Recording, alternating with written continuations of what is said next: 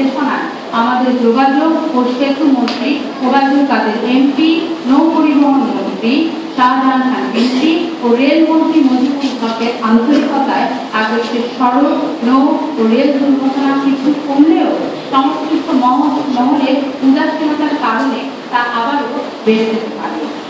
আর তাই save the road গত 10 বছরের বিন্দু বিন্দু চেষ্টায় আর জনগণের জন্য নিবেদিত হয়ে এগিয়ে এসেছে এমন একটি আয়োজনে গাড়ি মালিক, শ্রমিক, চালক এবং সাধারণ মানুষের আন্তরিকতা, সহমর্মিতা, সহযোগিতা আর এগিয়ে চলার প্রত্যয় থাকলে আগামীতে সেভ দ্য রোড যোগাযোগ, সেতু, নৌ ও রেল মন্ত্রণালয়ের সকল কাজে সর্বোচ্চ সহযোগিতা নিয়ে এগিয়ে যাবে বলে আশা করছি। একই সাথে সবার প্রতি আহ্বান জানাচ্ছি, নিরাপদ দেশ, সড়ক ও জীবনের লক্ষ্যে চলুন সবাই এগিয়ে যাই। জাতির জনকের সোনার বাংলায় সড়ক, নৌ, রেলপথে শান্তি চাই।